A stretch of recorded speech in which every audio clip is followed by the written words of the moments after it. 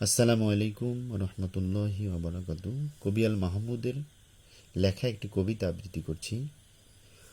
আমাদের এ মিছিল নিকট অতীত থেকে অনন্তকালের দিকে।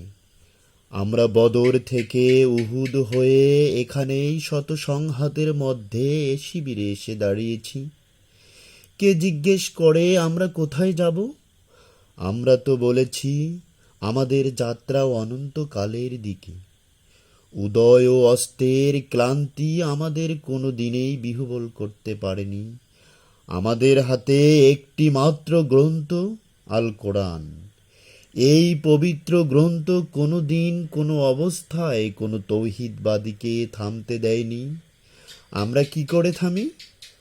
আমাদের গন্তব্য তো এক সোনার তরুণের দিকে, যা এই ভূপৃষ্ঠে নেই। আমরা জানি আমাদের ভয় দেখিয়ে শয়তান নিজেই অন্ধকারে পালিয়ে যায়। আমাদের মুখে হবে আগামী উষার উদয়কালের নরম আলোর ঝলকানি।